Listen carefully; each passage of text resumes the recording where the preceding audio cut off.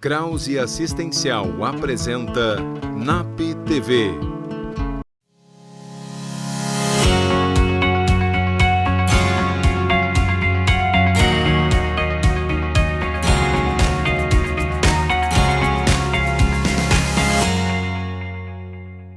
No programa de hoje, vamos falar sobre relacionamentos tóxicos com Luiz Matheus Pacheco e Alexandra Cerveira. Além disso, Josiane Pires falará sobre o mês de agosto. E, é claro, Jurema respondendo algumas perguntas do nosso quadro clássico Jurema Responde. Olá, eu sou Gabriela Marques e você está assistindo o NAP TV. Recentemente tivemos um evento super bacana aqui no NAP, intitulado Relacionamentos Tóxicos, Paixão, Ciúme e Violência, com o professor Alexandre Cerveira e com o psicólogo Matheus Pacheco. Confira um pouquinho do que rolou aqui no evento.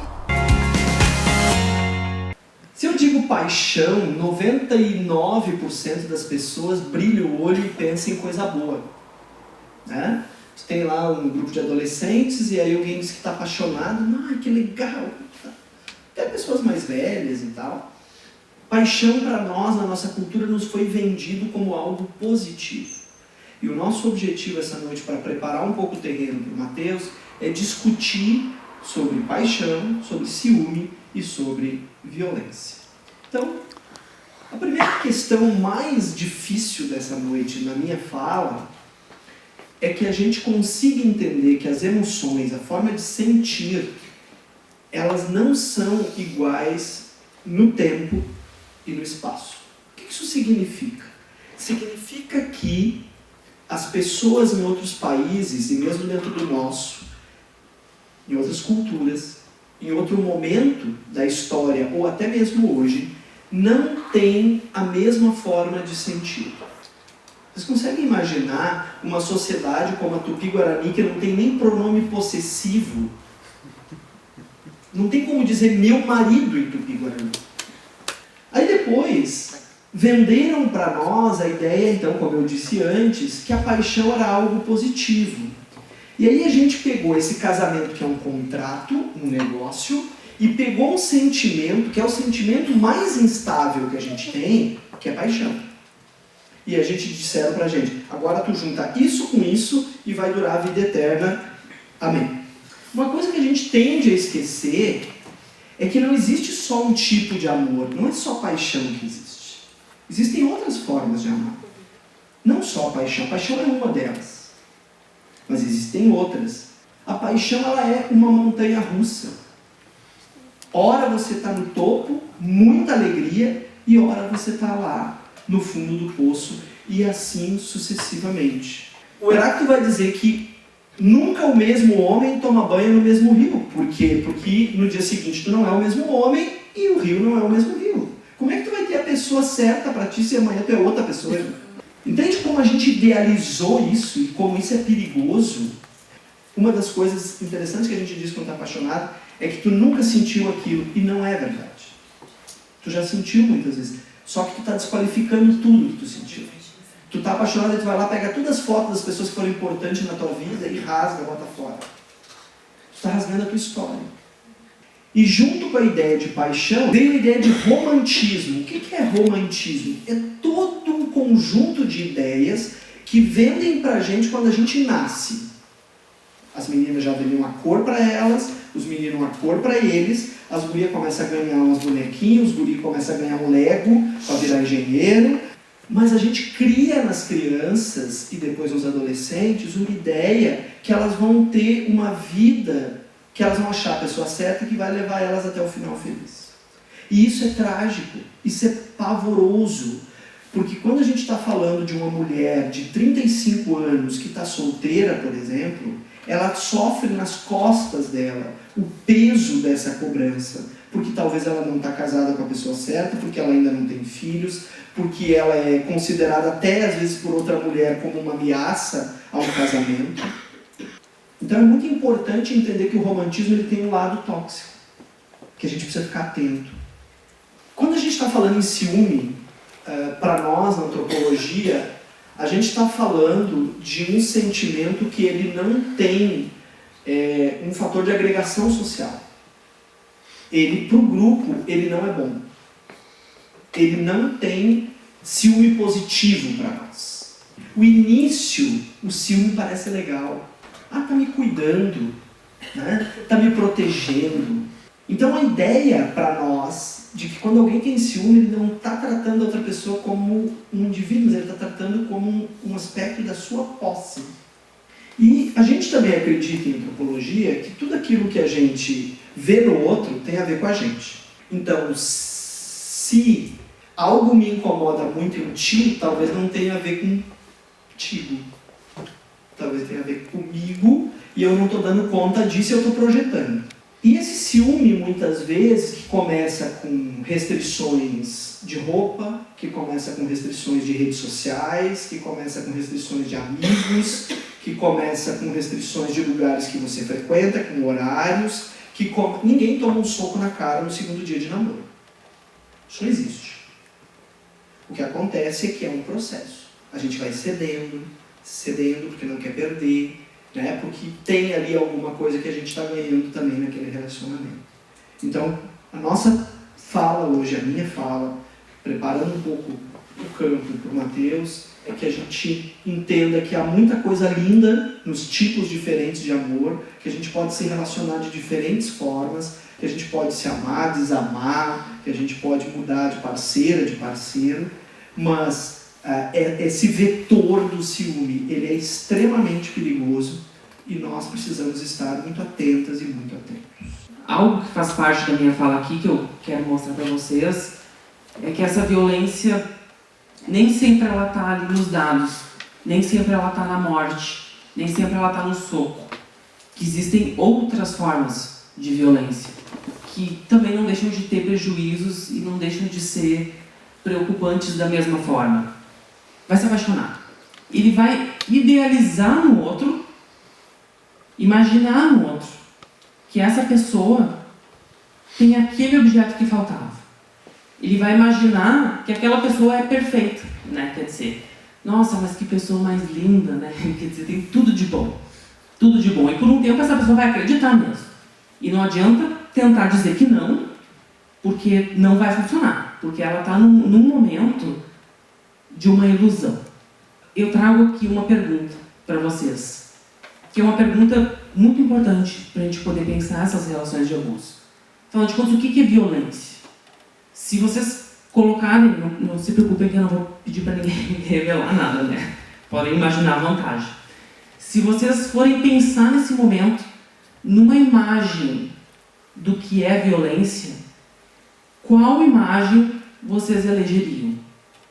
Eu tenho assim, 90% de certeza que a maioria aqui pensou ou num tiro, ou num soco, ou numa briga. Mas a verdade é que a violência ela pode ser muito mais sutil do que isso.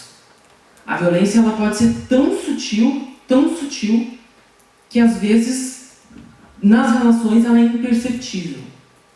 De modo que quem sofre a violência às vezes sequer se dá conta que está sofrendo uma violência. Eu acho que vale bastante a pena a gente pensar na própria palavra violência, né, para a gente poder entender um pouco isso. Violência como algo que vem de violar o espaço do outro, violar o outro psiquicamente, violar o corpo do outro. Quer dizer, essas formas de invadir e tomar o outro e ultrapassar o limite do outro, que nem sempre ocorrem pela via do corpo, nem sempre é pela via do soco, nem sempre é uma arma.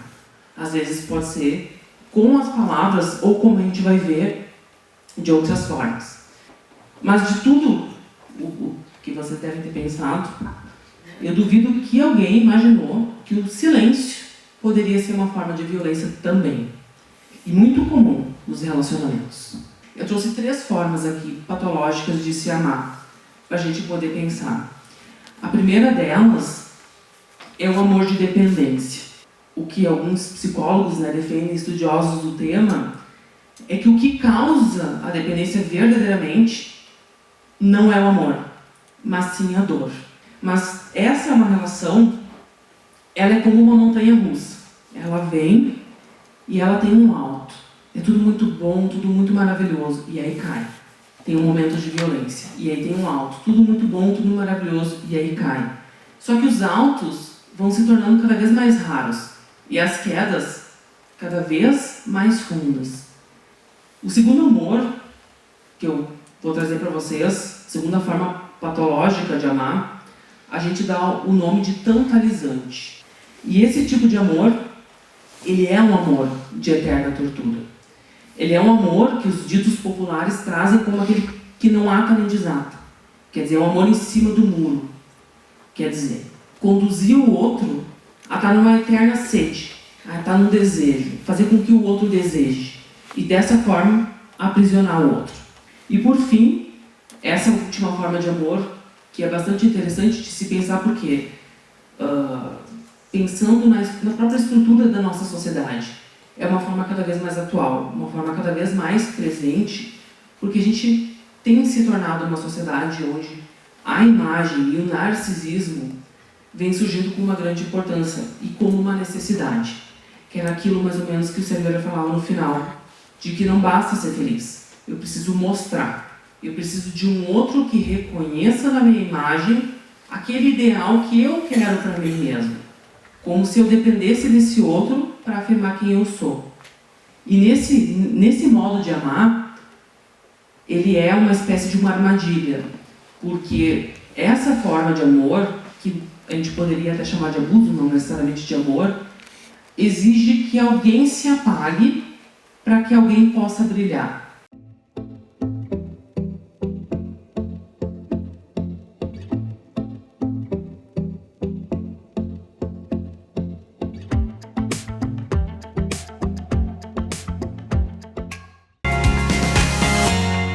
Chegou a hora do nosso mentor de negócios com César Silva. Ele trará algumas reflexões que são essenciais para o sucesso no seu negócio. Confira!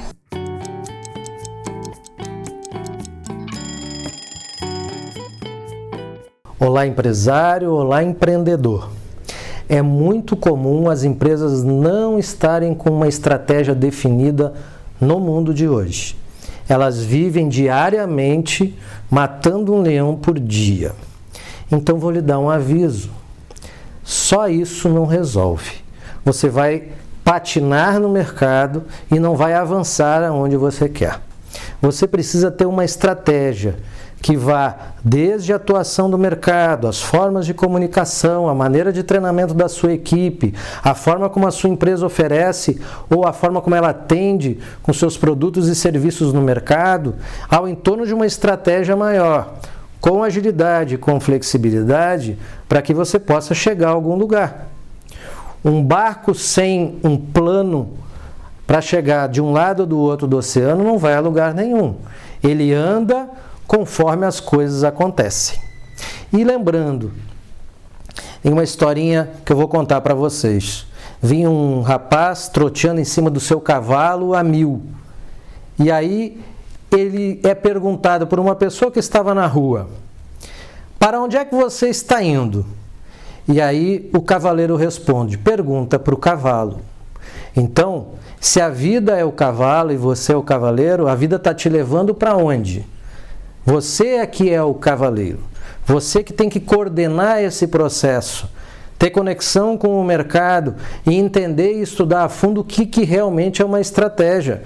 Não importa se é uma empresa pequena, média ou grande, não basta só seguir os processos. É necessária uma estratégia diferenciada para atuar no mercado hoje. Senão você vai ser igual a todo mundo. E aí por que o consumidor vai comprar com você? E aí vai a pergunta do mentor de negócio. Qual é a estratégia que o seu concorrente não usa, que você poderia usar e ganhar mais mercado? Um grande abraço do mentor de negócios, César Silva, aqui no NAP.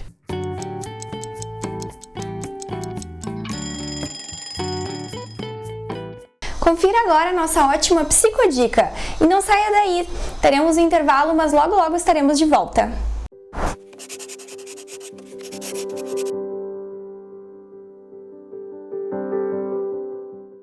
A psicodica de hoje Não é um filme, não é um livro. Psicodica de hoje é algo mais simples e que a gente tem deixado de fazer.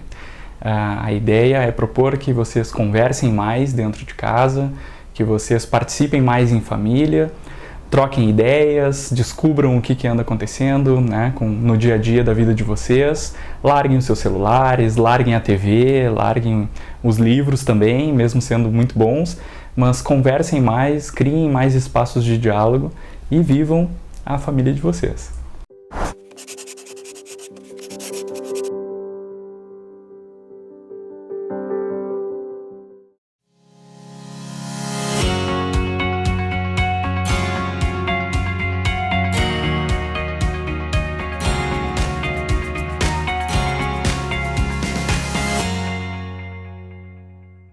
A Exatos começou de um sonho de poder ser um diferencial por onde eu passava. E foi assim que ela surgiu, trabalhando na Prefeitura de Estância Velha, onde o senhor Ivo Jacinto Baumgratz me convidou para fazer a contabilidade dele. E hoje, 30 anos depois, temos nossa nova sede em Estância Velha, com 1.800 metros quadrados, para atender nossos 600 clientes em toda a região. Convido você a conhecer a Exatos. 30 anos apoiando o empresário da região.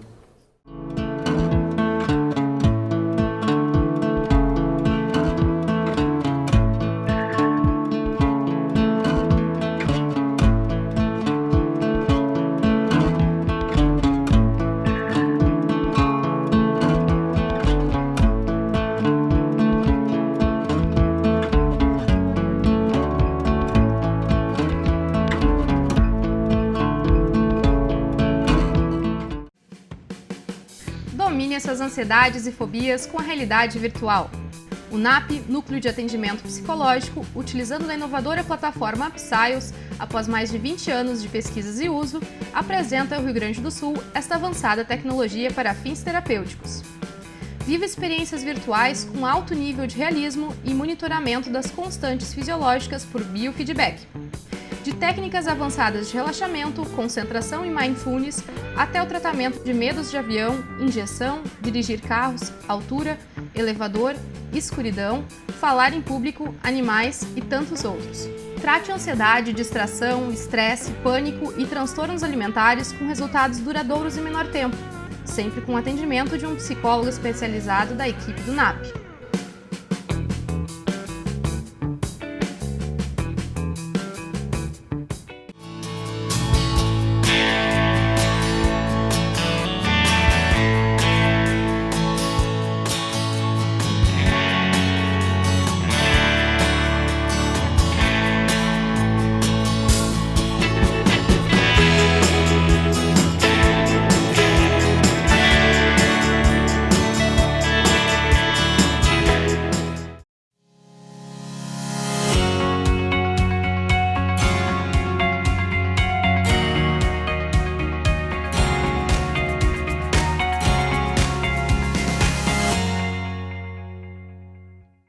Estamos no tão temido mês de agosto, um mês rodeado de superstições e crenças, enfim, detestado por muitos.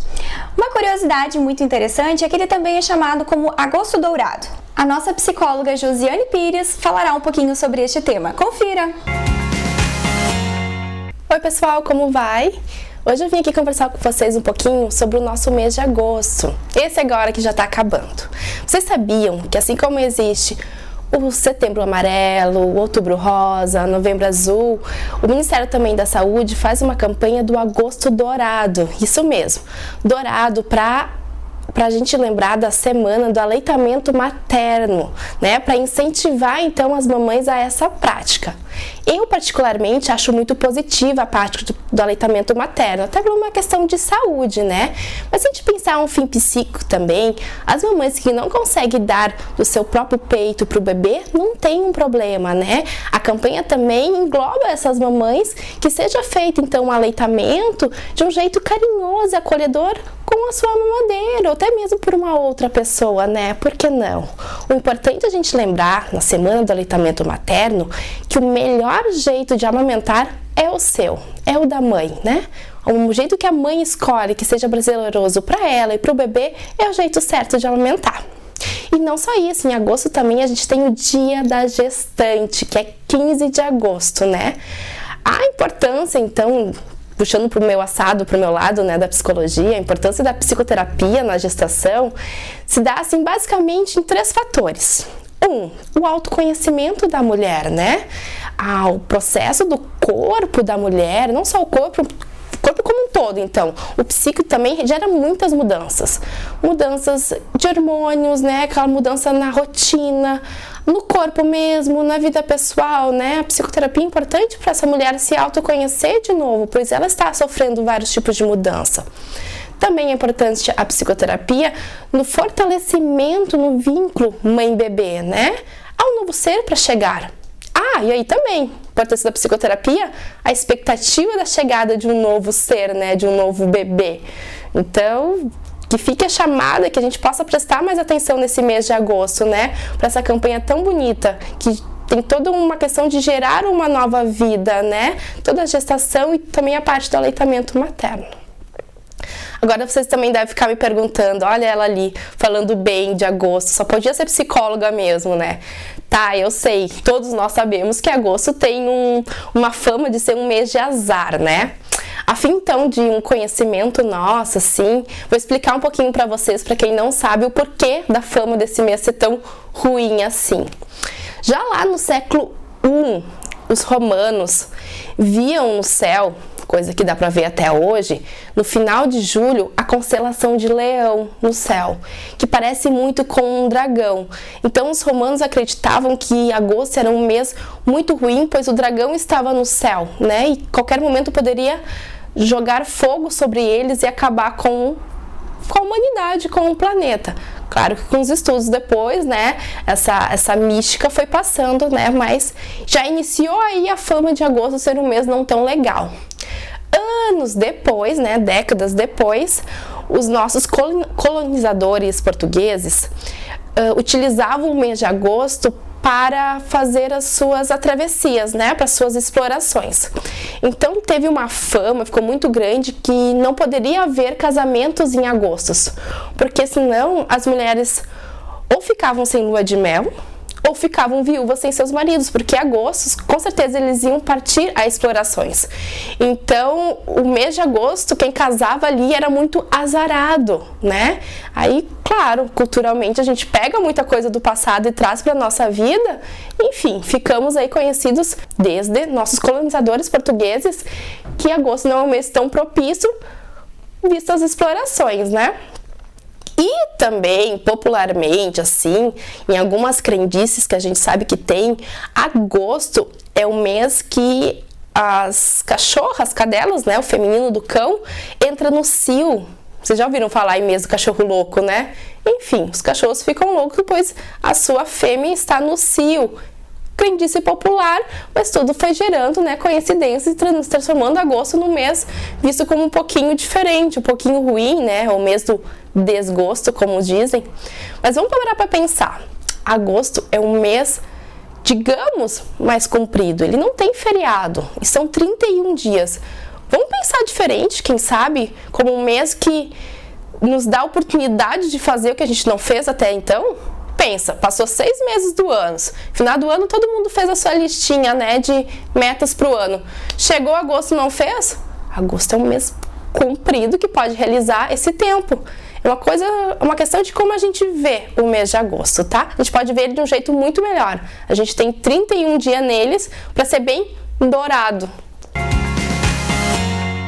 E agora vamos falar mais um pouquinho sobre psicologia, mas com um toque de humor. Confira a nossa Jurema Responde.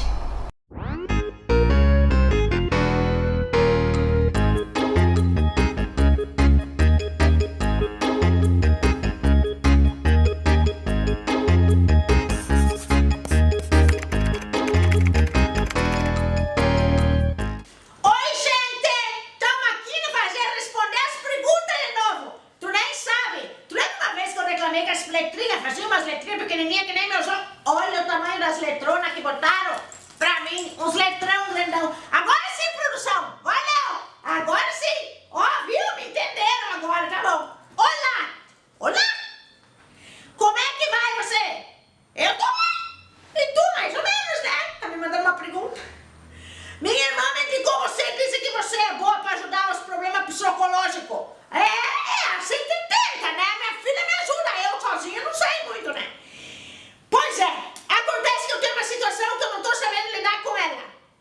se você está mandando a pergunta para mim, que você não está conseguindo lidar com ela, né? Eu não consigo dormir de jeito nenhum. Na verdade, até durmo, depois de muito esforço, mas aí depois acordo e não tem Cristo que me faça pegar no sono. Credo, se me aparecesse Cristo, eu também não pegava no sono, não tem Cristo mesmo. Sou uma pessoa feliz e saudável. Não sei por que isso está acontecendo comigo.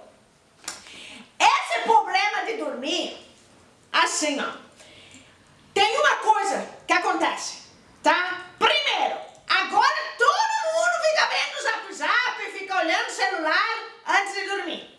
O que acontece? Deixa eu explicar que assim tem... A minha filha, que é psicóloga, também conversa com os psiquiatras. Sabe o que é psiquiatra? Aquele que dá remédio é o psiquiatra. É ele. E daí ele explica um pouco mais os neurologistas. Olha, tudo explicam que a cabeça da gente, assim, é estimulada ou não. Então, se você ficar olhando aquela luzinha do celular antes de dormir, tu fica estimulando o cérebro, e fica estimulando e daí não dorme, porque daí tá manda informação que tá claro, e aí a pessoa fica desperta. Então, assim, hora de dormir tem que ser uma hora que você vai fazer. Você disse que tá tudo bem, que tu tá saudável, que tá feliz. Então o que acontece? Deve ser isso aí. Garanto que você fica vendo essas coisas antes de dormir e não consegue dormir. Então tem que fazer o quê? Primeiro, toma um banho bem quentinho, toma um chazinho, uma luzinha fraquinha, que já tá me dando um sono só de falar. Uma luzinha fraquinha, aí você vai dormir sem olhar celular, sem olhar televisão, sem olhar... E daí experimenta ver se ajuda, tá? Respirar fundo. Respira assim, tu vai ver como é que também acalma. Daí pode ser que você durma tranquila. O que não pode acontecer é o seguinte, é você começar a pensar em coisa que não tem nada a ver na hora de pensar. Não vai adiantar nada pensar nisso. Tu tá dormindo... Aí tu acorda e fica pensando o que aconteceu, o que tem que fazer amanhã. E assim, se você ficar pensando que Cristo, já pensou, tu abrir os olhos e enxergar o Cristo na tua frente, daí você não dorme mais. Então nem bota Cristo na história, tá? Toma um chazinho, toma um banho quente, você vai ver como é que ajuda. Mas não fica olhando assim, que fica estimulando, daí não descansa. Tá bom? Tenta aí, se não der, depois tu fala comigo, tá bom? Sim, ficar pensando em botar Cristo, não misturou tudo.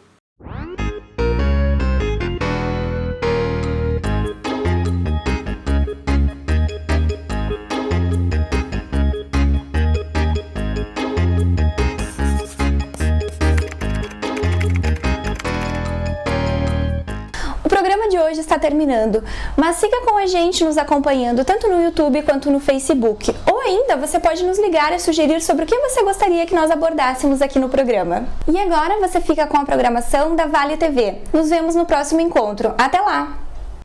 Krause Assistencial apresentou NAP TV.